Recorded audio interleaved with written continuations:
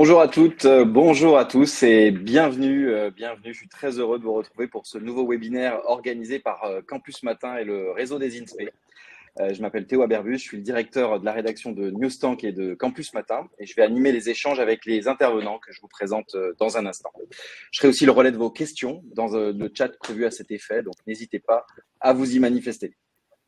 Alors, un mot sur le thème de notre webinaire, un thème particulièrement à fort enjeu, après la guerre en Ukraine, après le conflit entre Israël et le Hamas, et puis aussi, de manière dramatique, des attentats en France contre des enseignants. On peut dire en quelque sorte que les conflits armés sont entrés dans les salles de classe françaises, ce qui suppose une formation accrue des enseignants, tout comme des formateurs dans les INSPE aux questions de défense. C'est un sujet qui a déjà été travaillé par les différents acteurs concernés avec des séminaires nationaux organisés par le réseau des INSPE et le ministère des Armées. Et on franchit une nouvelle étape aujourd'hui avec ce webinaire qui va nous permettre d'évoquer les ressources disponibles, les enjeux de formation et puis le contexte plus général avec vous. Je vous présente maintenant les 4 personnes qui vont avoir la lourde charge de nous éclairer sur ces sujets. Général, Guillaume Couetou, je commence par vous. Vous êtes adjoint de la zone de défense et de sécurité ouest, en charge des questions de renforcement de l'esprit de défense, comme on dit dans l'armée, et de la cohésion nationale autour des forces armées. Bonjour mon général. Merci d'être avec nous. Avec nous aussi Arnaud Papillon. Vous êtes enseignant détaché à la direction de la mémoire, de la culture et des archives du ministère des Armées au bureau de l'action pédagogique. Bonjour Arnaud. Bonjour. Merci beaucoup de nous accompagner aujourd'hui. Sandrine Béraud, je me tourne virtuellement vers vous. Vous êtes professeure d'histoire-géographie au lycée d'Archicourt à Hénin-Beaumont et chargée d'une mission de défense par le rectorat de Lille. Bonjour à vous. Bonjour, bonjour à tous. Et merci d'être avec nous, Sandrine. Et puis Sébastien, l'organisateur de ce webinaire, le co-organisateur avec Campus Matin, Sébastien Jakubowski, pour présenter le réseau des INSPE. Vous dirigez aussi l'INSPE Lille Hauts-de-France. Bonjour Sébastien. Bonjour. Et merci à tous d'être là. Alors, je vais vous poser une question commune pour démarrer, ce qui va nous permettre de faire un peu plus connaissance, puis d'appréhender le sujet. Tout simplement, quelle est selon vous la principale raison aujourd'hui pour intégrer l'éducation à la défense dans les enseignements? Et puis, je vais commencer peut-être par vous, Sébastien, puisque vous êtes finalement le coordinateur de cet événement. En quelques mots.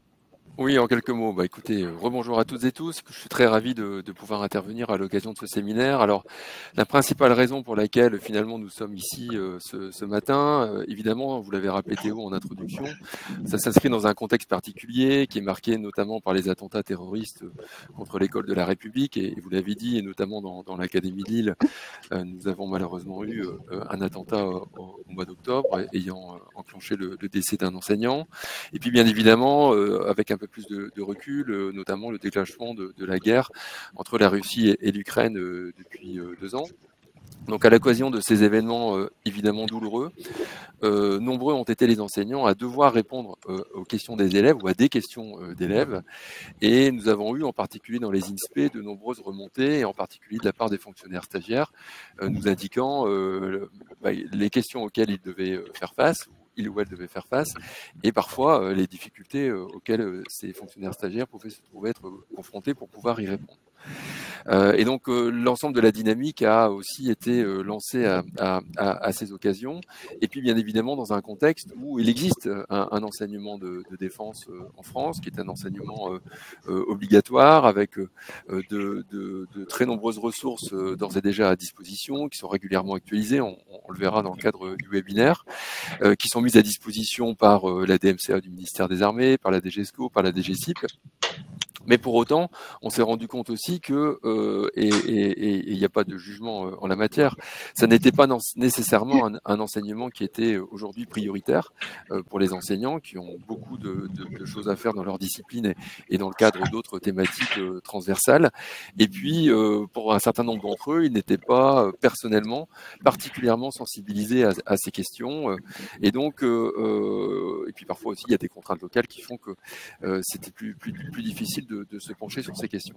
Donc la guerre en Ukraine a été incontestablement un révélateur, et donc nous avons voulu nous pencher sur des moyens et des leviers pour répondre aux difficultés que pouvaient rencontrer les enseignants en classe, en essayant de faire en sorte que cet enseignement soit davantage connu, que les ressources à disposition soient davantage connues, et pour faire en sorte que ce ne soit pas peut-être uniquement les enseignants d'histoire-géographie qui sont souvent les plus à même et les plus concernés par ces questions, que ce soit aussi d'autres enseignants qui puissent se pencher sur ces questions de défense et qu'ils puissent actualiser leurs connaissances pour répondre, quelle que soit leur discipline et quelle que soit leur position dans le système éducatif, à toutes les questions qui se posent relativement aux nouveaux conflits en Europe et au-delà. Voilà.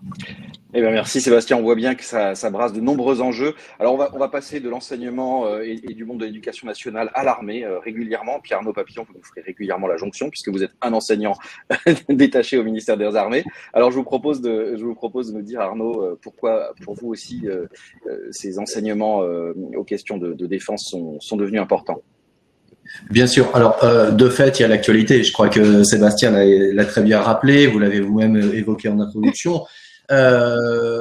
Autre raison, bien sûr, celle qui justifiait déjà, finalement, au lendemain de la suspension du service national, pas la suppression, la suspension du service national, l'obligation faite à l'éducation nationale de prendre en charge cet enseignement de défense. C'est-à-dire que je crois qu'il est important aussi de rappeler que l'armée, pour le coup, est intrinsèquement liée à la nation. On n'est pas forcément obligé de citer De Gaulle, mais enfin, le fait est que la France est aussi construite à coups d'épée et que cette armée, elle fait corps finalement avec la nation, qu'elle est la garante de la défense de ses intérêts, in fine de son existence même. Et je crois que le but aussi de cet enseignement de défense, c'est de ne pas mettre, enfin en tout cas de veiller à ce que l'armée, du fait de sa professionnalisation, ne soit pas mise à l'écart du corps social sous prétexte qu'elle n'accueillerait plus à un moment de sa vie, on va dire, chaque citoyen. Donc il y a vraiment cette idée quand même de renforcement du lien armée-nation aussi derrière ça. Pour le reste, j'adhère évidemment parfaitement aux propos de Sébastien et je ne vais pas reprendre tout ce qu'il a pu dire. Merci Arnaud Papillon. Général Couetou. Alors, Général, je pense que votre son est…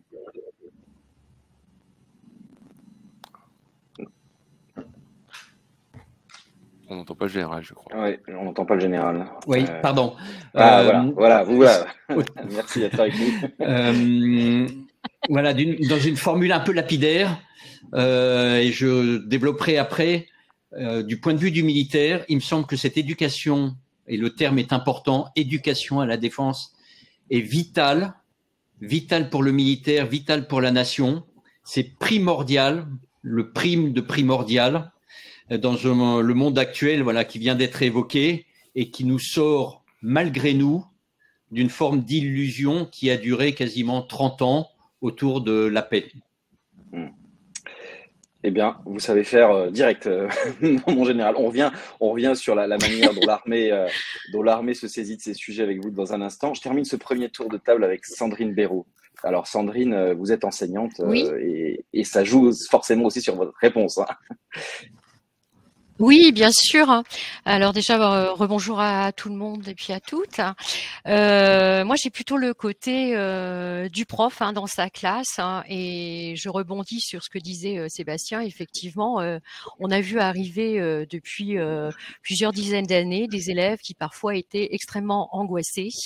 Moi, je l'ai eu en 2015 suite aux attentats à la fois sur Charlie Hebdo et puis en suivant au niveau du Stade de France.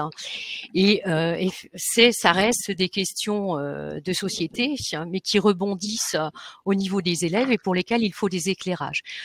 Tant que j'ai la parole, j'en profite aussi pour dire qu'effectivement, s'il y a des éclaircissements à avoir au niveau de nos élèves par rapport à ce qui se passe et à cette société très conflictuelle et de tension à l'international, c'est aussi une raison de service qui fait que l'enseignant aujourd'hui est amené à évoquer les notions d'éducation. Je rappelle rapidement le Code de l'éducation de 1997. Sébastien l'a évoqué rapidement, et le BO de 2016 qui renforce les liens éducation nationale et défense. Et c'est en quoi, c'est vrai que moi, je suis amenée régulièrement, tous les jours, quotidiennement, bien sûr parce que je suis prof d'histoire géo et que c'est dans mes programmes, à évoquer la défense, l'armée, la place de la France dans le monde, les relations internationales. Cet après-midi, j'ai mes terminales à GGSP et le cours commence sur les questions à l'international, comme à chaque fois. On en est où entre le conflit Israël-Hamas? On en est où au niveau de l'Ukraine? Et ça interroge. Eh bien, merci Sandrine. Alors, Général Guillaume Couetou, vous avez dit c'est vital, hein, vous avez fait très court, et on avait envie de vous demander pourquoi l'armée se mobilise. Donc, vous avez dit c'est vital, et puis surtout comment. Alors, avec la concision qui semble-t-il vous caractérise, dites-nous un petit peu comment vous vous y prenez pour renforcer ce lien du côté de l'armée, s'il vous plaît. Oui, alors mon défi, ça va être la concision là. Alors, je vais vous donner 4 raisons et une conclusion. La première, ça a déjà été évoqué, c'est que voilà, la forme de mythe que l'économie allait acheter la paix et que des valeurs universelles seraient partagées par tous pour imposer la paix, tout ça, ça s'est volatilisé depuis, effectivement, on va dire 2015 avec les attentats, les premiers attentats. C'est la première réponse et pas besoin de vous décrire depuis 2015 comment les menaces augmentent, s'intensifient, se rapprochent. Elles sont à l'intérieur du pays, elles sont à l'extérieur du pays. Et le scénario le pire pour le militaire qui prépare toujours justement le scénario le pire, ce sont les convergences, les résonances entre les menaces extérieures et les menaces intérieures. La Nouvelle-Calédonie le montre bien aujourd'hui. La deuxième raison, c'est que l'esprit de défense, intrinsèquement, est au cœur de notre mission de militaire, défendre la population, défendre le territoire, défendre les intérêts vitaux du pays. La troisième raison, c'est parce que, et on l'a évoqué, la suspension du service national et la professionnalisation des armées a, je pense, créé une forme de malentendu qui n'a cessé d'augmenter et de créer un fossé en laissant croire que la défense de la nation, c'était par les armées, alors que intrinsèquement, la défense de la nation, c'est par la nation elle-même. Et les armées, ce ne sont que le bras armé de cette nation. La quatrième raison, c'est parce que sans le soutien d'un État et d'une nation, les armées engagées dans un conflit, et un conflit en particulier de haute intensité vers lequel on se rapproche un petit peu aujourd'hui, voilà, sans ce soutien-là, les armées n'iront pas loin. Et l'Ukraine le montre très bien.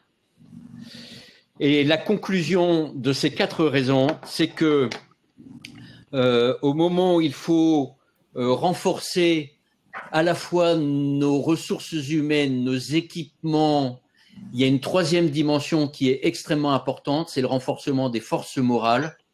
Et donc, c'est pas seulement les forces morales des forces armées, mais c'est premièrement et voilà, principalement les forces morales de la nation, et d'où l'importance de renforcer la cohésion nationale autour des forces armées. Tout à l'heure, il y a une expression intéressante qui a été employée, c'est que les armées devaient faire bloc avec la nation, et l'inverse est également extrêmement important.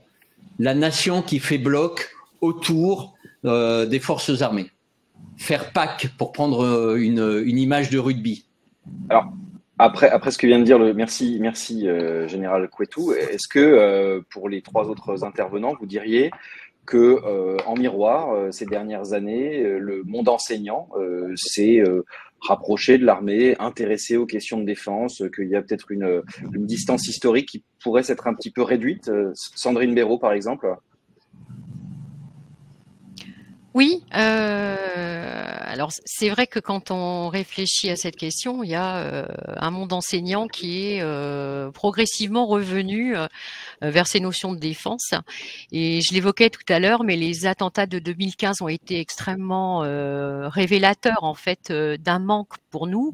Et puis surtout cette idée de devoir dépoussiérer cette armée qui serait loin, qui serait un peu invisible, qui ferait des choses qu'on ne connaît pas. Et là, on est toujours dans cette idée actuelle du complotisme, tout compte fait. On ne sait pas ce qu'elle fait, on ne sait pas où elle est. Et c'est vrai que dans mes classes, on en avait discuté tous les deux. J'ai posé la question à mes élèves, est-ce que tout compte fait, il serait intéressant dans une classe de terminale générale, hein, parce que j'ai plusieurs classes. Dans une classe de terminale générale, ils sont 31 et je posais la question, est-ce que ça serait intéressant d'avoir une éducation à la défense, hein, véritablement, une option, comment vous la verriez?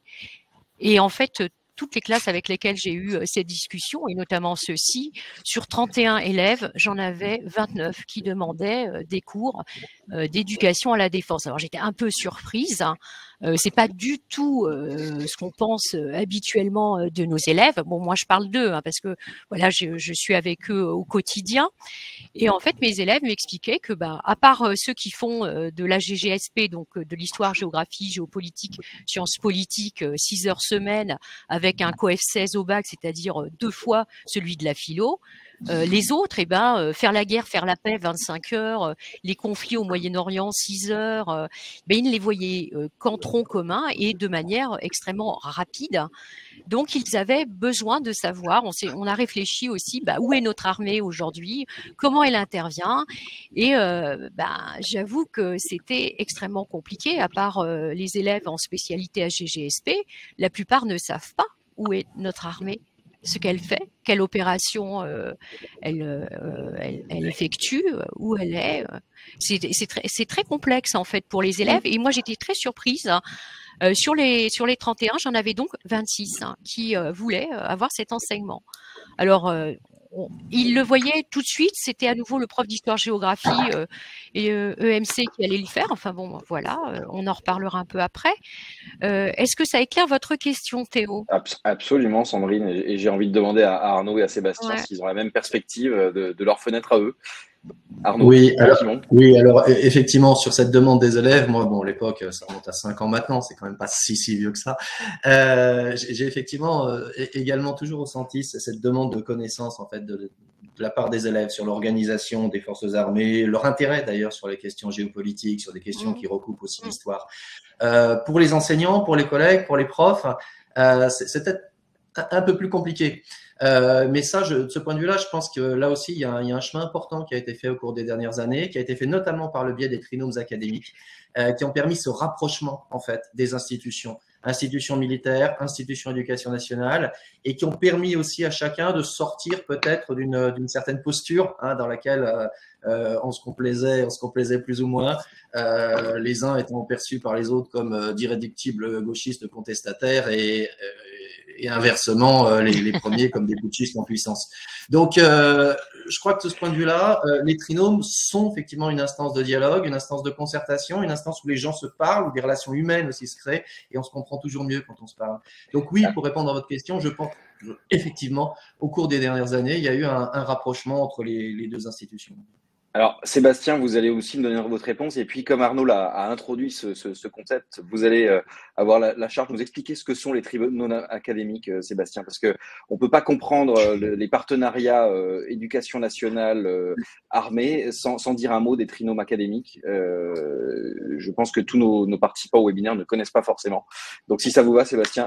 Oui, je peux amorcer, mais bien sûr, Arnaud, qui est à la DMCA, qui pilote les trinômes, complétera et si ce n'est, présentera évidemment les trinômes académiques. Alors, pour répondre à la question de tout à l'heure, je voudrais, et en complément des interventions précédentes, dire et souligner que, bien sûr, il y a eu un rapprochement qui s'est opéré depuis plusieurs années, mais que, à mon sens, il faut faire porter le crédit de ce rapprochement au chef d'état-major des armées, le général Burkhardt, qui, il y a maintenant il y a presque 3 ans, a souhaité qu'il y ait ce rapprochement avec l'éducation nationale, avec l'enseignement supérieur et en particulier avec les INSPE. Le général a mentionné tout à l'heure avec le concept des forces morales, il y a l'idée que la question ou les questions de défense et de sécurité sont l'affaire de tous et que la jeunesse et les enseignants, qui sont bien évidemment au quotidien en prise avec la jeunesse, sont des acteurs incontournables de cette réflexion.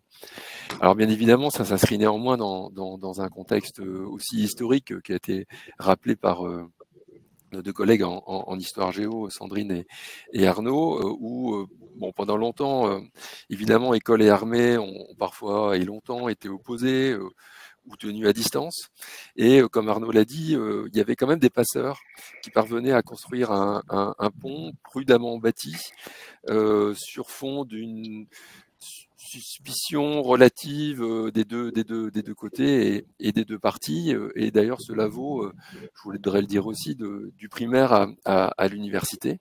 Et il y a un vrai enjeu autour du champ des questions de défense et des relations internationales, de reconnaissance de la légitimité des actions conjointes qui peuvent être conduites et bâties entre ces différents univers, à la fois dans le domaine de la formation et également aussi dans le domaine de la recherche. Et puis, pour faire le lien avec votre seconde question, bien sûr, il y a aussi une très forte hétérogénéité en fonction des territoires. Et je pense que ça n'est pas sans lien avec les évolutions successives des implantations militaires sur le territoire national, la baisse des effectifs militaires, qui n'a pas été neutre, pas tant sur l'enseignement de défense que sur la visibilité, les modalités d'identification et de reconnaissance aux militaires et aux faits militaires aussi. Alors bien sûr, il faudrait mettre en œuvre une recherche pour vérifier tout ça, mais ce que je veux dire, c'est que mon hypothèse aussi, et pour faire écho à ce que disaient nos collègues tout à l'heure, c'est que la mise en œuvre d'un enseignement tel que celui-ci ne se déroule pas de la même manière dans les classes de la ville de Cambrai dans les années 90, quand il y a une base aérienne juste à côté, de très nombreux militaires qui habitent sur le territoire, et dans la même ville aujourd'hui où il n'y a quasiment plus d'unités militaires ou de public. Ce que je veux dire par là, c'est que pour enseigner, il faut aussi un public, et qu'il y a moins d'enfants de militaires, il y a moins d'emprises militaires, et que cette mise à distance entre école et armée s'explique aussi par les réorganisations successives. Alors pour autant, beaucoup de choses ont été faites, et notamment les trinômes académiques, je fais le lien avec la question que vous m'avez posée, sont les leviers centraux de la mise en œuvre d'une action concertée entre le monde militaire et le monde de l'éducation nationale, en lien avec l'IHEDN, l'Institut des hautes études de défense nationale. Ainsi, vous avez les trois piliers du trinôme, l'IHEDN, éducation nationale, et le ministère des Armées. Mais peut-être que j'ai déjà trop parlé et qu'Arnaud peut préciser l'organisation que pilote la DMCA autour des trinômes académiques. Alors en plus, si vous vous passez la parole les uns des autres, pour moi, c'est le webinaire parfait. Arnaud, et on revient au général qui m'a fait un petit signe pour réagir. Arnaud Papillon. Oui, très rapidement, je reviendrai peut-être ultérieurement justement sur les projets vraiment que soutient la DMCA en lien avec les trinômes. Mais je pense que les trinômes sont effectivement cette structure tripartite qu'a évoqué Sébastien, qui relie au niveau local aussi. Il y a une implantation locale qui est très forte et très intéressante. Le DND, le représentant militaire donc départemental, un représentant de l'Union IHEDN, l'Institut des hautes études de la défense nationale, et bien sûr l'éducation nationale, représentée par un inspecteur d'académie, inspecteur pédagogique régional, IAIPR. Et ça, je crois que effectivement, c'est très très important pour que chacun puisse se parler, pour qu'on puisse toucher davantage de monde, davantage d'élèves, davantage d'enseignants. Et de ce point de vue-là, les IAIPR ont évidemment un rôle essentiel à faire, un rôle essentiel à jouer pour la transmission auprès de ce public de toutes les ressources que le ministère des Armées peut mettre à disposition. C'est très intéressant parce que ça rappelle aussi accessoirement que le ministère des Armées, sur ces questions-là, est un partenaire à part entière, mais qu'il vient bien sûr toujours en soutien des actions qui sont menées par l'éducation nationale. Général Couetou et ensuite Sébastien. Oui. Alors, au-delà des finalités, voilà, l'armée agit en cohérence avec les ordres du général Burkhardt. Moi, je m'inscris au niveau zonal. Donc, je suis à un niveau intermédiaire entre les instances nationales, le chef d'état-major des armées qui a créé une division cohésion nationale à l'été dernier, commandée par le général Barbry avec un bureau jeunesse, avec la DMCA, avec la DSNJ, avec l'ONAC-VG, avec Stéphane Collin et son équipe à la DGESCO.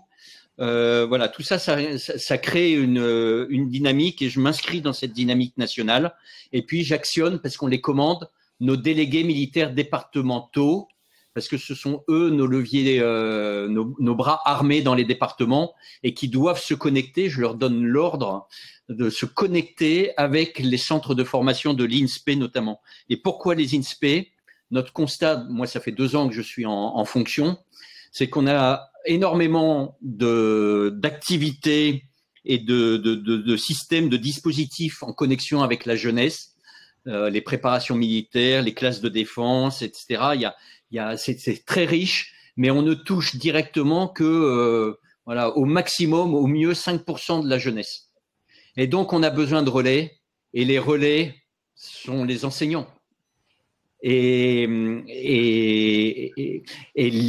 tous les, à travers le trinôme académique, on touche beaucoup la formation continue des enseignants. On pourra peut-être en reparler à la fin. Moi, j'y vois quelques limites, mais là où on veut toucher le plus efficacement possible la plus grande proportion d'une classe d'âge, c'est à travers les futurs enseignants. Et donc, d'où la création de ces modules d'éducation à la défense au sein des INSPE. Alors, vous nous avez amené plus. Ah, Sébastien, vous vouliez encore réagir? Allez-y, allez-y. 2 choses très brèves. La première, dire qu'on a vraiment beaucoup progressé depuis maintenant 3 ans, notamment sur la place des INSPE. Alors, pas dans le trinôme en tant que tel, mais en tout cas dans la communication avec donc entre les référents défense des INSPE, la communauté autour des trinômes et la DMCA, et puis également le fait que désormais, via le référent et délégué à l'enseignement de défense, les référents de défense des INSPE sont associés aux travaux des REDS et des trinômes académiques. Et puis deuxième chose, faire une proposition. Peut-être que maintenant nous en sommes à un niveau de développement et de maturité suffisant qui nous permettrait peut-être de passer des trinômes au quadrinôme académique en intégrant l'enseignement supérieur aux côtés de l'éducation nationale, des armées et de l'IHEDN dans une réflexion conjointe, enseignement et recherche sur les questions d'éducation à la défense. Et ben voilà une première proposition dont on prend bonne note. On va parler, et on a des questions en ce sens, de comment on intègre ces questions-là dans les enseignements. Est-ce que justement cela doit se faire? C'est une des questions qui est posée de manière complètement transversale dans les différentes disciplines, ou est-ce que c'est plutôt dans certains cours dédiés qu'il faut en parler? Évidemment, Sandrine, je me tourne virtuellement vers vous, peut-être pour que vous nous disiez de manière un peu plus large ce qui vous semble efficace du point de vue pédagogique pour intégrer cet enseignement de défense dans vos cours. Oui, alors je vais déjà répondre. Oui, je vais déjà répondre à la question que je ne vois pas d'ailleurs de la personne qui suit le webinaire. On peut pas faire que des cours sur la défense, ça c'est pas possible. Ça peut se faire quand on est en spécialité, c'est le programme qui veut ça, et dans ce cas-là, effectivement, on va voir où en tronc commun la puissance militaire de la France avec notre Z2 qui est la 2e à l'échelle mondiale et qui va donc impliquer une géopolitique internationale particulière. Bon, certes, ça c'est mon cours. Ça sera 4 heures en tronc commun, ça sera beaucoup plus en AGGSP, mais ça peut être vu de manière filée. Si on réfléchit à quelles sont les actions pédagogiques, on peut faire beaucoup de choses. On peut faire à la fois du cours, mais effectivement les cours dialogués et les cours où on s'interroge comme le rôle de la défense, les élèves aiment bien parce que, alors, dans un premier temps, ils écrivent pas beaucoup, donc ça leur plaît. Et puis, d'un autre côté, on rentre dans des notions de débat. Moi, j'ai notamment, au niveau du lycée d'Archicourt, une forte communauté française qui est d'origine étrangère. Hein, j'ai 29 communautés qui se sont succédées dans le bassin minier. Et c'est vrai que c'est intéressant de voir ces jeunes Français aujourd'hui débattre sur telle ou telle intervention à l'échelle internationale. pour revenir sur les actions pédagogiques, on en a à la fois dans nos cours, on en a dans l'établissement de manière plus générale en interdisciplinarité, mais on reviendra peut-être dessus tout à l'heure. Et puis, on a besoin de sortir, d'aller à la rencontre de la défense et de l'armée, parce que défense, ça veut dire quoi, comment on le définit pour un élève de 17-18 ans, est-ce que ça ne concerne que l'armée? Et c'est vrai que ce sont des questions qu'il se posent. Et donc, il y a possibilité de mettre en place dans nos enseignements des actions pédagogiques. Alors, est-ce que j'en parle maintenant, Théo? Je me tourne vers vous, hein, pour avoir du concret. Oui, donnez-nous quelques exemples, Sandrine. Allez-y, donnez-nous quelques exemples. Alors, les questions, alors je me dépêche. Hein. C'est un peu, c'est pour répondre c'est pour répondre à cette question. C'est un petit peu aussi une opportunité. J'ai en 2019, au mois d'août, comme tout le monde, on voit le port de Beyrouth flamber. La France envoie avec la force FINUL une action avec des soldats, et on a, moi dans ma classe d'AGGSP, une petite qui va pas bien à la rentrée. Son papa, qui est commandant au 41e, est parti au Liban. Et moi j'ai 25 heures à faire sur faire la guerre, faire la paix. On a commencé à correspondre avec lui sur ce qu'il y faisait. Alors bien sûr, il ne dévoile pas ni le lieu, ni quoi que ce soit, mais tout simplement prendre conscience de ce qui se passe quand on est en opération. Et au retour, après avoir eu des liens avec lui de manière régulière avec mon groupe, le commandant Tourneau est autorisé à venir dans mon cours, rencontrer les élèves, parler de son expérience. Et ça n'a pas de prix de pouvoir rencontrer directement ces hommes qui partent en opération extérieure, et ce lien qu'on a avec le Liban particulier, historique et géopolitique, c'est une prise de conscience en direct en fait. D'autres exemples, je me dépêche, c'est l'intervention d'un groupe atelier défense au sein du lycée qui va rejoindre un atelier qui n'a rien à voir à la base, qui est l'atelier Sciences Po. Et pourtant, qui a tout à voir. L'atelier Sciences Po, il peut réfléchir sur de la géopolitique et sur la défense. Et on présente, au moment de la rencontre éducation nationale défense, un jeu de rôle, une table ronde, avec des élèves, 2 journalistes, des élèves qui deviennent spécialistes, certains militaires, d'autres ambassadeurs, d'autres diplomates, d'autres conservateurs de musées, et qui s'interrogent sur le patrimoine dans les guerres aujourd'hui. Voilà, c'est rapidement, et puis c'est dans 2 jours, parce que l'atelier défense chez moi, c'est pas 25 élèves, c'est tout le monde peut y venir à un moment ou à un autre, tous les collègues peuvent m'accompagner à un moment ou à un autre.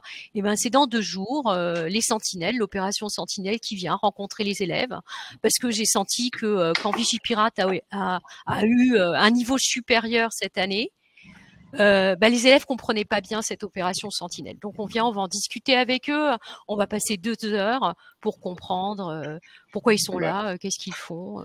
Voilà. Bon, donc rendez-vous dans 2 jours à Hénin-Beaumont. Le rendez-vous est pris, voilà. C'est ça, avec mes élèves qui arrivent de l'extérieur.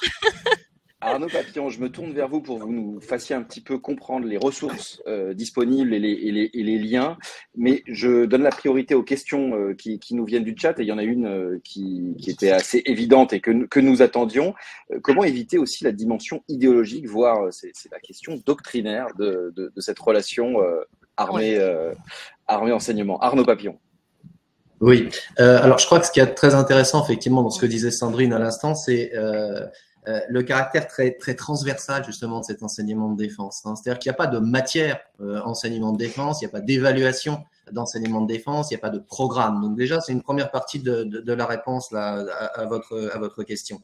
C'est ce qui fait d'ailleurs à la fois, entre parenthèses, un petit peu la faiblesse de cet enseignement de défense. À l'instant où il n'est pas programmé, où il n'est pas inscrit clairement noir sur blanc, etc., la tentation peut être forte effectivement au sein du milieu enseignant un petit peu de s'en extraire. Et en même temps, c'est ce qui fait aussi sa force, c'est cette dimension transversale. C'est-à-dire que c'est quelque chose qui, par nature, va être de toute façon abordé par les enseignants d'histoire-géographie, parce que bon, on est un petit peu comme M. Jourdain et la prose, hein, on fait l'enseignement de défense sans le savoir quand on aborde ces questions-là géopolitiques. Et c'est en même temps quelque chose qui, par sa nature transversale, peut être pris en charge par des professeurs qui ne sont pas que des profs d'histoire-géographie. On peut faire de l'enseignement de défense en français, on peut faire de l'enseignement de défense dans les arts, on peut faire de l'enseignement de défense en philo. On y reviendra peut-être ultérieurement. Après, pour répondre précisément à la question de votre intervenant, je crois qu'il importe effectivement bien de rappeler de ce point de vue-là que le ministère des Armées, encore une fois, vient en soutien au projet pédagogique. Il n'est absolument pas prescripteur. Donc, il ne s'agit pas, pour le coup, de propagande qui viendrait dans les classes. Hein. Il ne s'agit absolument pas non plus de transformer les profs en sergents recruteurs. C'est absolument pas l'idée. L'idée, par contre, c'est d'appuyer sur des valeurs, sur des notions qui sont évidemment en partage des deux institutions qui fondent en fait la nation française. C'est purement et simplement ça. Et de ce point de vue-là, encore une fois, le ministère des Armées arrive en soutien. Donc, il arrive en soutien en termes de ressources. Il propose effectivement des ressources qui s'inscrivent dans le cadre des programmes scolaires. C'est pas le ministère des Armées qui écrit les programmes scolaires. Hein. Il propose également des soutiens et des subventions financières pour permettre aux enseignants de mener leurs projets pédagogiques. Mais ce sont bien évidemment les enseignants qui sont libres de mener ces projets pédagogiques et de construire ces projets et de solliciter les subventions du ministère. Hein. Et le ministère des Armées intervient enfin en termes de valorisation de ces projets. En aucune façon et à aucun moment, encore une fois, il impose une doxa, il intervient dans les cours ou il formule des attentes précises en termes d'enseignement. Ça, je crois qu'il est vraiment important de le rappeler. Après, je peux vous donner des exemples assez précis, justement, des projets qui sont soutenus par le ministère des Armées. Et puis, dans un second temps, mais on y reviendra peut-être après, vous me direz, sur les ressources, concrètement, que le ministère des Armées peut fournir. Alors, restons sur les projets un instant, Arnaud Papillon, puis on écoutera aussi le général Couettou. Je pense qu'il va avoir à rebondir sur ce qui a été dit, et notamment sur cette idée de projet, pas uniquement en direction des enseignants d'histoire-géographie. C'est une des questions qui nous est posée. Comment faire pour que ce ne soit pas que les enseignants d'histoire-géographie? Vous parliez de subventions, Arnaud Papillon, et je crois que vous ciblez justement d'autres disciplines. Tout à fait. Alors, justement, dans le cadre de ces projets, alors encore une fois, ces projets sont extrêmement nombreux, extrêmement variés. Ils passent par les trinômes, ils passent par différentes structures. Je vais peut-être insister là juste sur ce qui concerne concrètement les enseignants. Chaque année, le ministère des Armées, enfin la direction de la mémoire, de la culture et des archives du ministère des Armées, qui a en charge ces actions d'enseignement de défense, sa direction de la mémoire, de la culture et des archives, donc, publie 3 appels à projets pédagogiques. Concrètement, on propose aux enseignants de construire un projet pédagogique autour d'une thématique. Une thématique qui est voulue, qui est perçue, qui est pensée comme étant la plus large possible, c'est-à-dire favorisant l'interdisciplinarité. Les 3 appels à projets pédagogiques qui vont être mis en place, qui ont été mis en place, et pour certains qui vont être prolongés l'année prochaine, sont les suivants. Il y en a un qui porte sur écrivain en guerre, l'autre qui s'intitule photographier et filmer les conflits contemporains, et le 3e porte sur les sciences et la guerre. Donc, vous voyez que ce sont des projets qui sont extrêmement vastes. Écrivain en guerre, eh bien, vous n'avez pas de cadre chronologique particulier, ça va de 1870 à nos jours. Vous n'avez pas de cadre spatial particulier, ça peut donc intégrer également les lycées, les établissements français à l'étranger. Et puis, surtout, vous touchez là les lettres. Vous ne touchez pas que l'histoire. Les sciences et la guerre, vous intégrez là-dedans également les professeurs de sciences physiques, les professeurs de SVT, vous touchez les professeurs d'électronique, notamment les filières STI, également des élèves. Vous touchez également la philosophie, parce que les sciences et la guerre, ça ouvre aussi sur la question du soldat augmenté, de questions qui sont éthiques aussi sur l'emploi de la force. Donc l'idée, effectivement, c'est d'arriver comme ça à toucher l'ensemble du corps enseignant. Et les lycéens professionnels, Arnaud Papillon, pardon, puisque c'est une question aussi qui est posée, qui est une très bonne question, et le lycée pro là-dedans? Et le lycée pro également. Je vais prendre un exemple très concret d'un projet qu'on a soutenu là très dernièrement, que vous pouvez d'ailleurs voir de façon très concrète aujourd'hui au Centre national des Invalides. C'est un travail sur le sport qui a été réalisé par des élèves de lycée professionnel d'Amiens, à partir de photographies, à partir de témoignages et de rencontres. Ces photographies sont des photographies historiques, sont des photographies de soldats français internés dans des camps de prisonniers en Allemagne durant la Première Guerre mondiale et qui, pour s'occuper, également continuer à s'entretenir physiquement, organisent un certain nombre d'épreuves sportives. Les témoignages, ce sont ceux d'anciens harkis.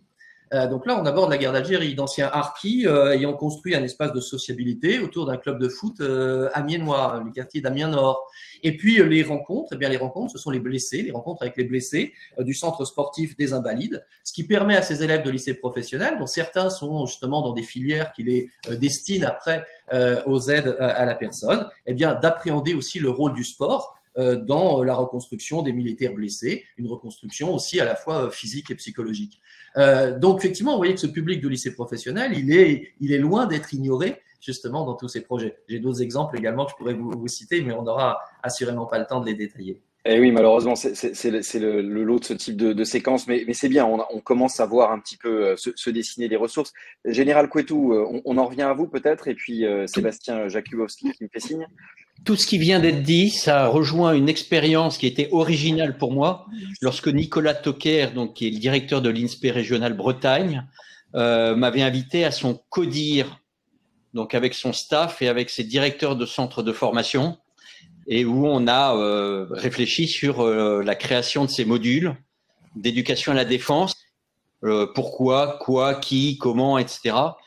Et on s'est rendu compte qu'il y avait 3 niveaux qui pouvaient être intéressants. C'est le niveau supérieur, c'est voilà, défense stricto sensu.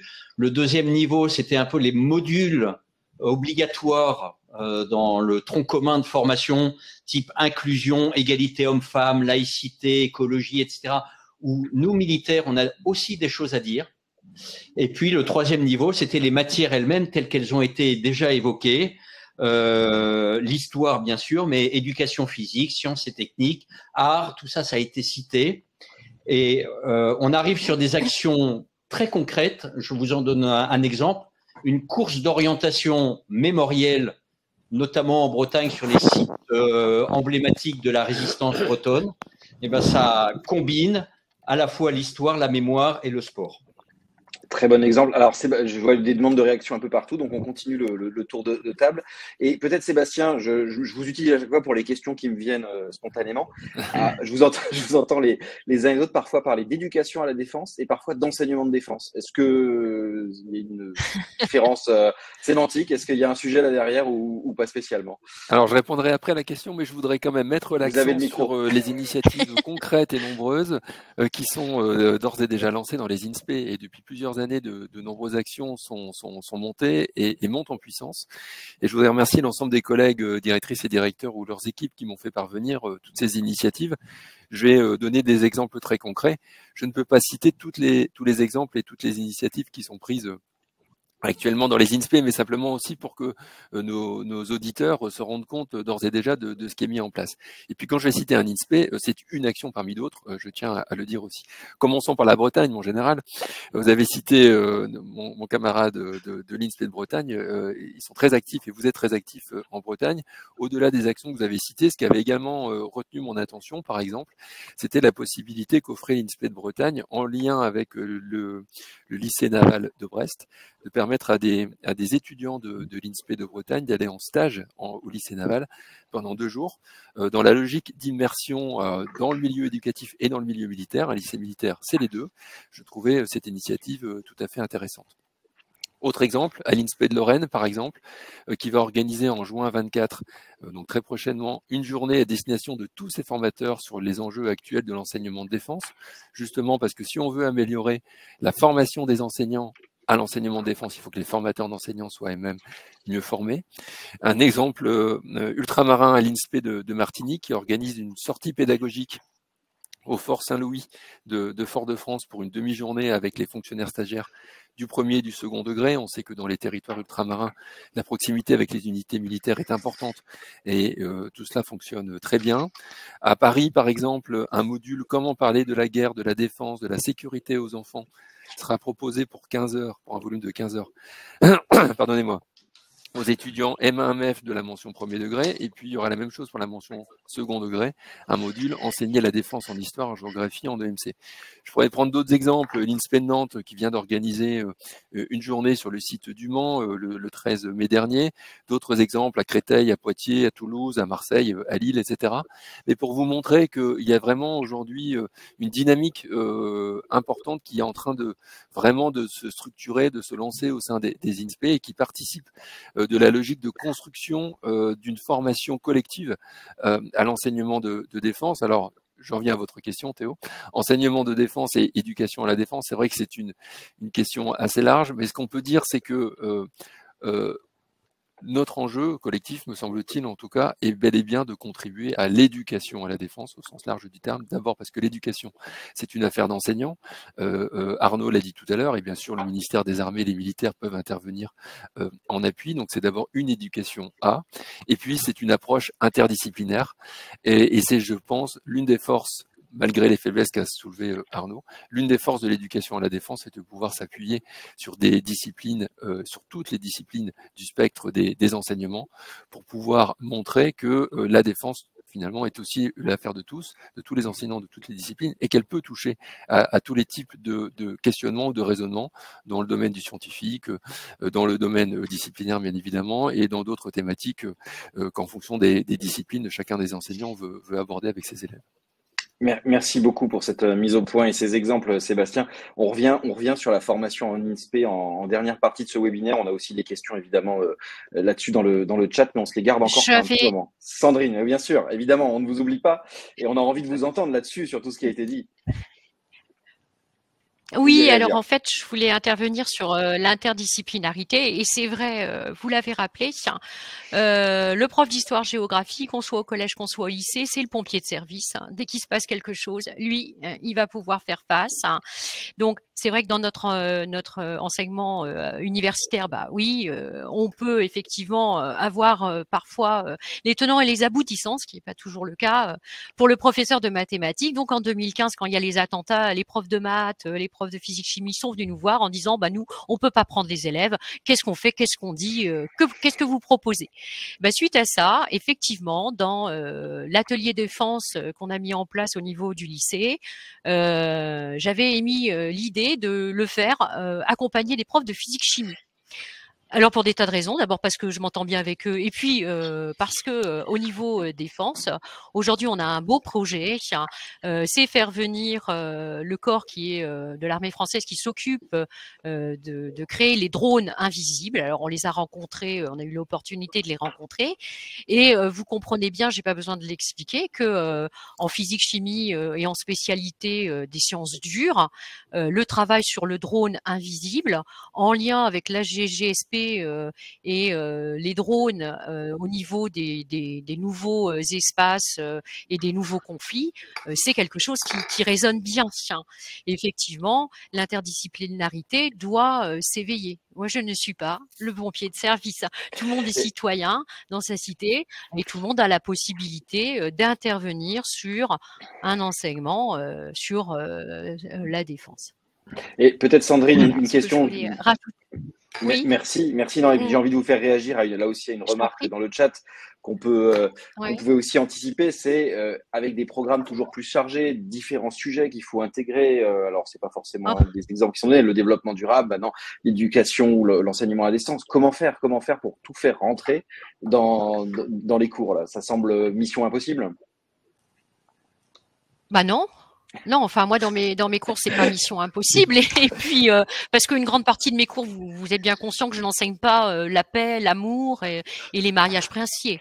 Qu'en AGGSP et qu'en histoire-géographie, c'est surtout les guerres d'autrefois, les guerres actuelles, peut-être même les guerres de demain. On peut réfléchir dessus effectivement. Quand on est en interdisciplinarité, tout paraît beaucoup plus facile. Et tout passe beaucoup plus simplement.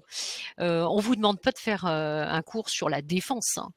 On vous demande de l'illustrer à l'aide d'autres disciplines. Le drone, expliqué par ma collègue de physique-chimie, va m'aider moi à l'usage qu'on peut en faire dans les nouveaux conflits. C'est du temps de gagner. Voilà, ça c'est vraiment une question plutôt de jeunes collègues aussi. parce que, de toute façon, le drone, il interroge aussi sur le développement, le cyberespace, exactement la même chose. Hein. Merci Sandrine. Arnaud Voilà. Papillon, si vous voulez Je vous en réagir, prie. sentez-vous très libre. Et puis je vous Oui, ramène oui. une question, Je- comme ça, je ça voulais nous juste permet d'avancer, Arnaud.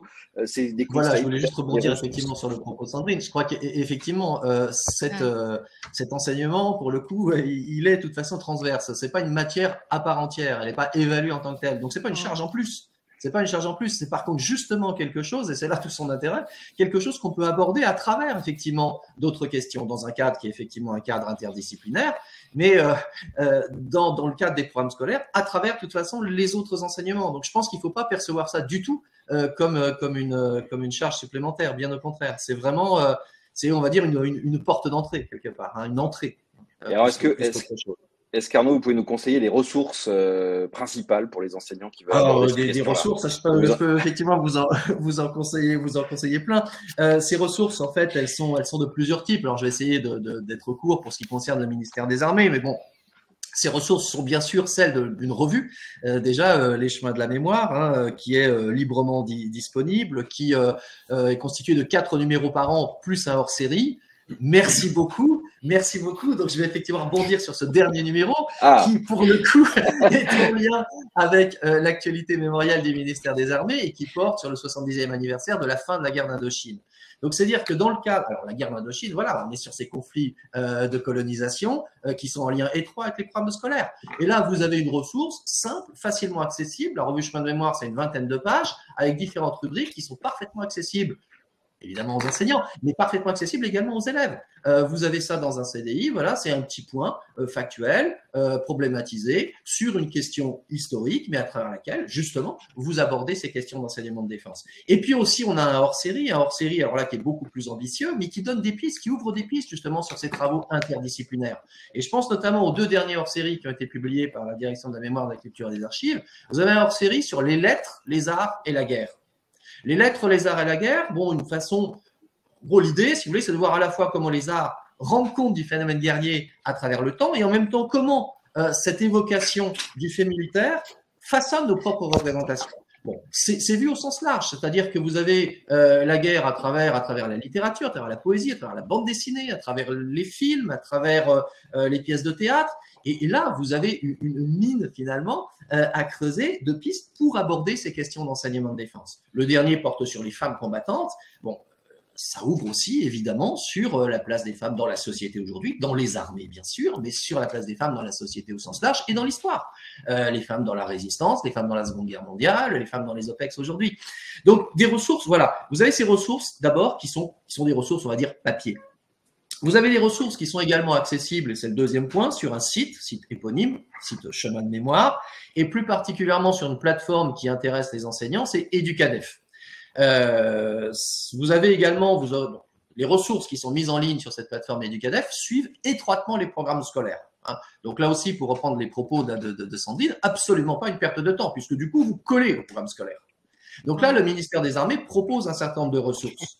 Et le ministère des Armées propose aussi, toujours sur cette plateforme Educadef, un certain nombre de dossiers, une trentaine de dossiers qui ont été récemment mis en ligne, qui ont été élaborés, diffusés, préparés par les différentes directions, les différents services du ministère des Armées, et qui portent sur des sujets qui intéressent au premier chef l'enseignement de défense, qui s'inscrivent dans le cadre des programmes scolaires. Ce sont par exemple les principes de l'action militaire, le contexte géopolitique. Je vais prendre des exemples très précis de ces dossiers.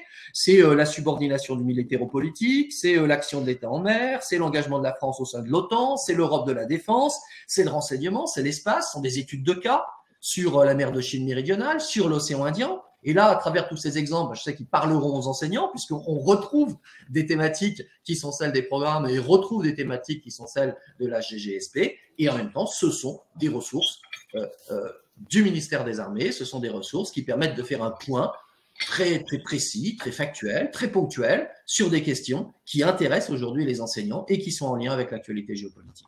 Eh bien, merci pour ce tour d'horizon, Arnaud Papillon. Alors, je précise que sur Campus Matin, où on va mettre un résumé de ce webinaire et l'intégralité de la vidéo, on pourra fournir aussi les liens pertinents pour ceux qui veulent aller plus loin. Sébastien Jakubowski et puis Général Couetou, je voudrais maintenant qu'on parle, parce que l'heure avance quand même, de la formation des enseignants et de la manière dont les INSPE alors, se saisissent du sujet. Sébastien nous l'a montré, peut-être de manière un petit peu plus structurelle. On a aussi des questions là-dessus dans le chat. Général Couetou, vous y avez fait allusion, hein, mais quand même réexpliquez-nous un petit peu comment vous vous positionnez dans la question de la formation des enseignants. Quel est le lien entre l'armée et les INSPE? Oui, alors il y a deux niveaux de réponse qui va rejoindre ce qui a déjà été dit. Ma première réponse, elle peut être déconcertante ou rassurante.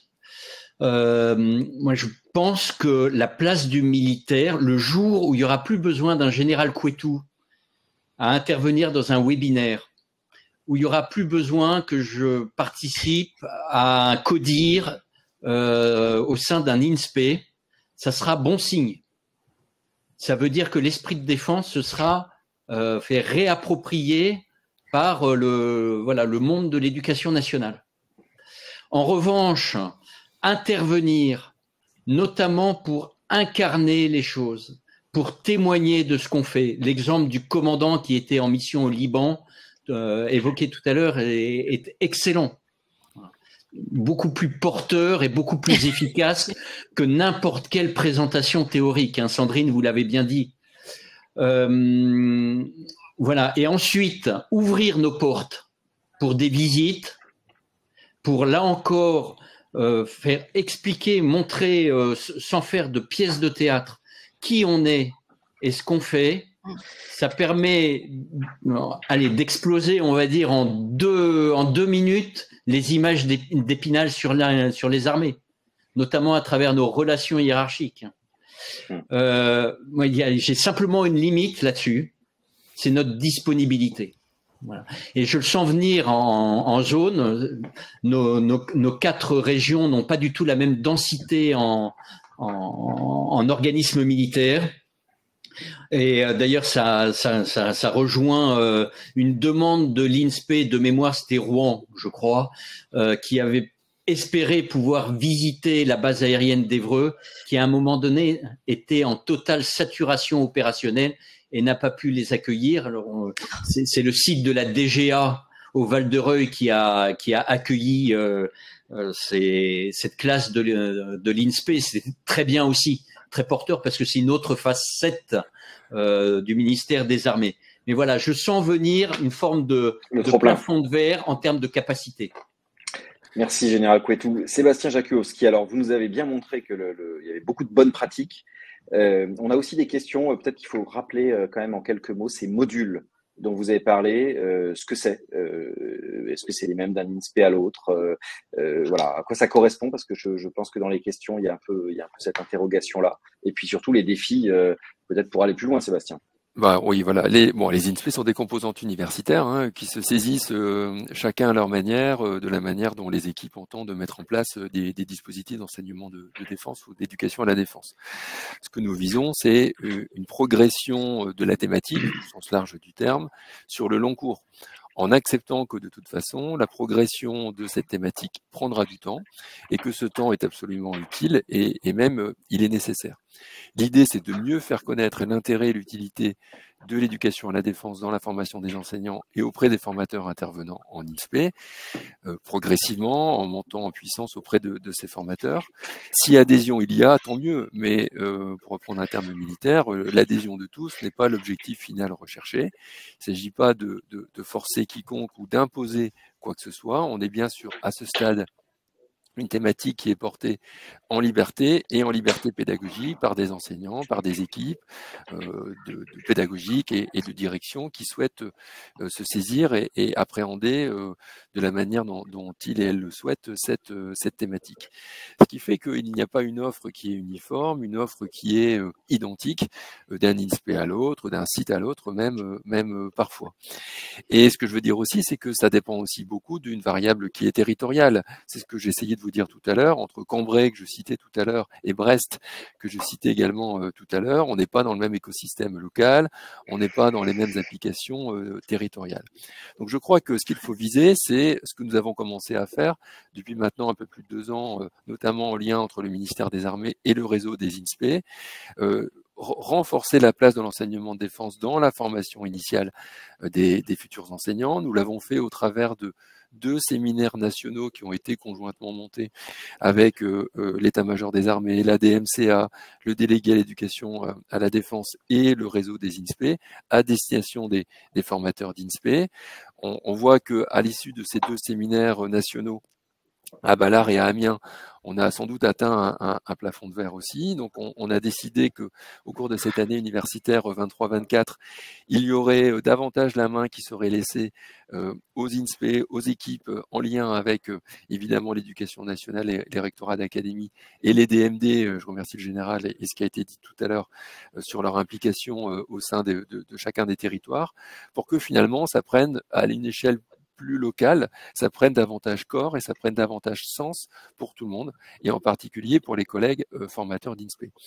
Maintenant, comment est-ce qu'on fait évoluer concrètement les choses? Le rapport Jouzel pour la transition écologique a finalement été un électrochoc. Je pense qu'il manque le rapport Jouzel de l'éducation à la défense et un portage politique appuyé pour nous montrer que bien c'est un enseignement fort, un enseignement indispensable, et je pense que raisonnablement personne ne demande, par exemple en formation des enseignants, qu'il y ait 100 heures sur l'enseignement de défense.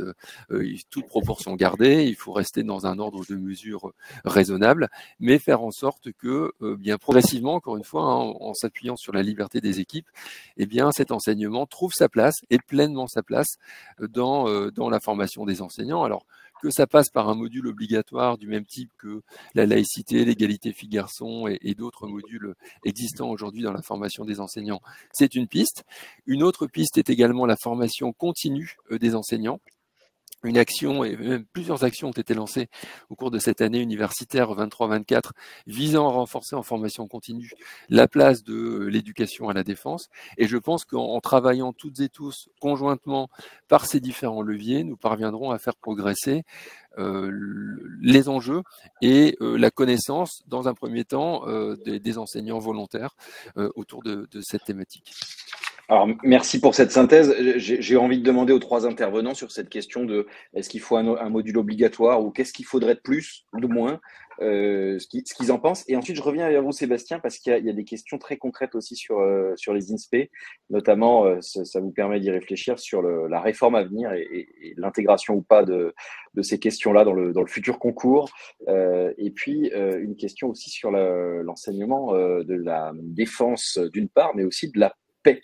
Dans ces enseignements-là, défense et paix, guerre et paix, et pas seulement la défense. Donc, on va revenir aux questions. Là, ça vous permet d'y réfléchir. Et d'abord, Sandrine, Général Couetou et Arnaud Papillon, qu'est-ce qu'il faut rendre obligatoire? Qu'est-ce qu'on change pour aller plus loin? Général Couetou, allez, vous avez… Oui. Alors moi, j'ai juste un témoignage. Je vous ai parlé de mon intervention lors d'un CODIR de l'INSPE Bretagne. Et suite à cette intervention, donc de mémoire, il y avait 6 chefs de centre de formation et 4 de ces 6 directeurs de centre de formation a décidé d'intégrer une journée obligatoire d'éducation à la défense pour la rentrée 2024. Je ne m'y attendais pas. Voilà. Ça a dépassé, entre guillemets, mes attentes, qui sont des attentes à la fois de militaires, mais aussi et surtout de citoyens, de pères et de grands-pères. Merci pour cet exemple. Arnaud Papillon. Bon, comme l'a rappelé Sébastien, le MINARM, effectivement, n'intervient pas dans la formation des enseignants. Celle-ci reste à la main des professionnels de l'éducation, et tant mieux, sont les INSPE.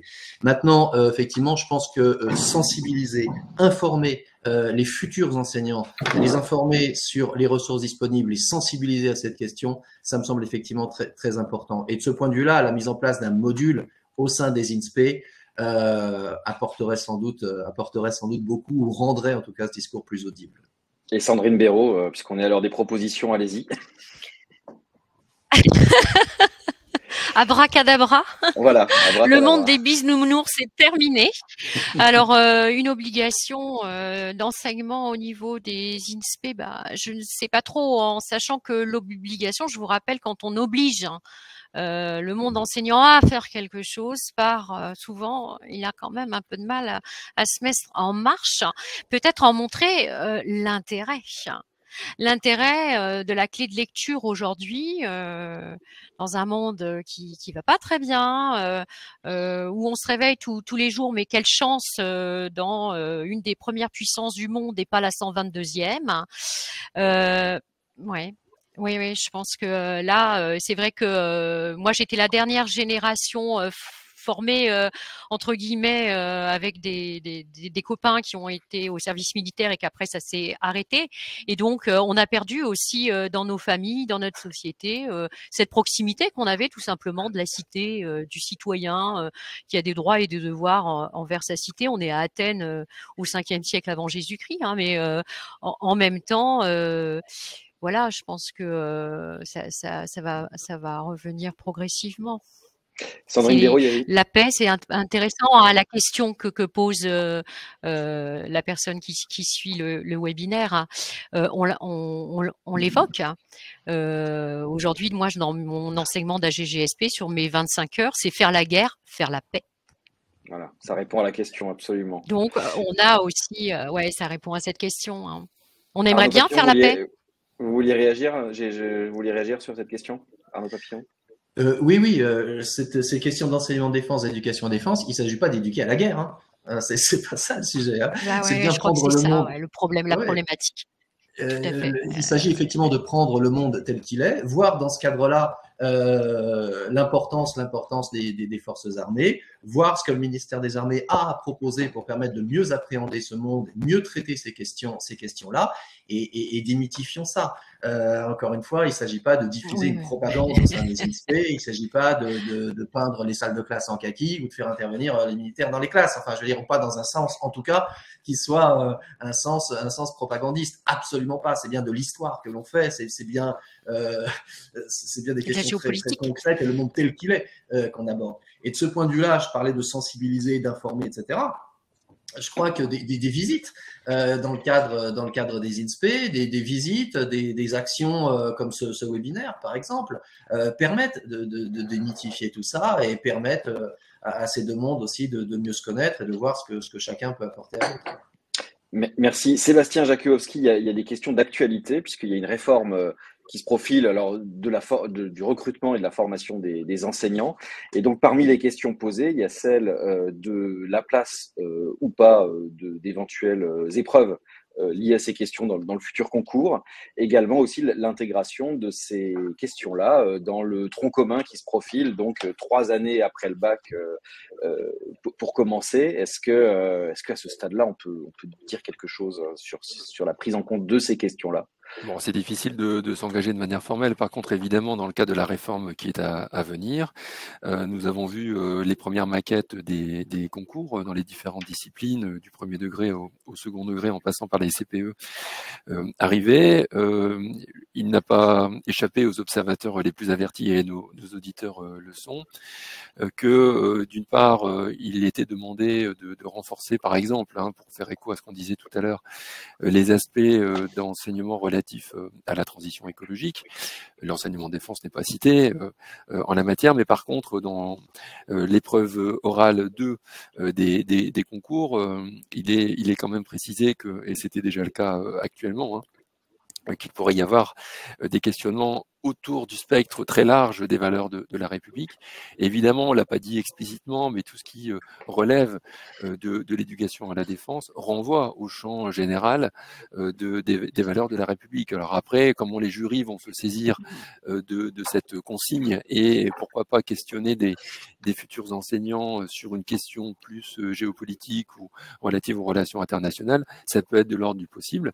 Et si c'était davantage explicitement spécifié, effectivement, il faudrait intégrer à un moment ou à un autre dans le tronc commun en licence, futur tronc commun en licence, des éléments pour que les étudiants puissent se préparer à ces éléments de réflexion. Puis bien sûr, dans le futur master qui suivra les concours en L3, bien à voir comment nous souhaitons, nous pouvons, nous pourrons ou pas, et dans quelle mesure intégrer des éléments sur ce qui nous réunit ce matin. Pour la deuxième partie, sur la question défense-épée, je voudrais d'abord dire que ce dont on traite aussi, c'est pas seulement des questions de défense ou des questions militaires, mais c'est de la question du continuum sécurité-défense, défense-sécurité, là aussi au sens large. La question de la défense, c'est aussi la question de la défense du territoire et donc la question de la sécurité intérieure. Et je pense que c'est important de le prendre en compte aussi dans le champ des apports et des connaissances dont doivent bénéficier l'ensemble des enseignants et des futurs enseignants. Et puis bien évidemment, bon, le monde est aujourd'hui dans une situation forte d'instabilité avec des conflits, parfois des guerres, parfois les deux. Donc, il est important de répondre aux questions des élèves, comme on l'a dit, et de ne pas faire comme si le monde n'était fait que de paix.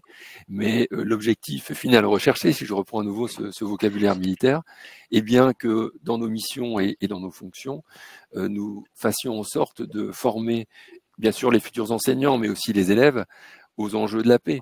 Et que la meilleure des guerres, c'est celle qui ne se produit pas, c'est celle à laquelle on se prépare, bien sûr, mon général, c'est celle pour laquelle on a tous les moyens éventuellement d'agir, mais c'est celle qui ne se produit pas, parce que tout est mis en œuvre sur le plan diplomatique, sur le plan éducatif, et y compris aussi sur le plan de la dissuasion, pour faire en sorte que les consciences s'élèvent suffisamment à un niveau qui leur permette de s'empêcher, au dernier moment, d'entrer dans le conflit armé.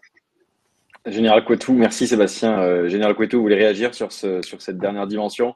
Un des leitmotifs du général Burkhardt est de gagner la guerre avant la guerre, c'est-à-dire sans avoir besoin de la faire.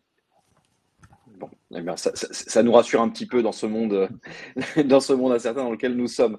Je signale, puisqu'on a épuisé à peu près toutes les questions du chat, je pense. Je signale quand même une remarque qui a été faite et qui rebondissait sur un propos de Sébastien, je crois, qui était de dire que le trinôme académique en Lorraine est élargi à l'université, à la gendarmerie et à l'IRA, l'Institut régional d'administration, ce qui permet de donner de belles légitimités aux collaborations.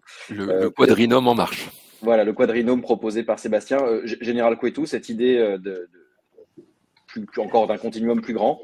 Oui, moi je passe une partie de mon énergie à intervenir aussi à l'IEP, à Rennes 1, à Rennes 2, dans des écoles aussi d'enseignement supérieur privé. Et il y a évidemment une cohérence globale. La jeunesse, comme je le dis souvent, ça démarre à la maternelle, c'est un peu tôt, mais j'ai déjà eu l'opportunité d'intervenir devant des élèves de CM1, CM2 en m'appuyant sur des figures emblématiques de la résistance. C'était impressionnant de voir comment ils étaient captivés pendant 1h30. Les mouches, on les entendait pas voler. Donc ça va des tout jeunes de 10 ans jusqu'à des doctorants. Donc il y a un continuum là-dedans. Et ben on pourra poursuivre ou refaire un webinaire pour aller encore plus loin, peut-être la recherche, peut-être l'enseignement supérieur avec un président d'université ou une présidente qu'on rajoutera à la table ronde. On arrive au terme de ce webinaire, donc je tiens à vous remercier les participants. Rendez-vous sur Campus Matin pour la synthèse, les ressources, et puis rendez-vous dans 2 jours à Hénin-Beaumont, Sandrine, avec Sentinelle, non, puis il vient témoigner dans votre lycée. On se donne ce rendez-vous-là. Merci à tous les 4 et très bonne journée. Merci à tous ceux qui ont suivi ce webinaire. Au revoir. Merci, bonne journée. Au revoir. Au revoir.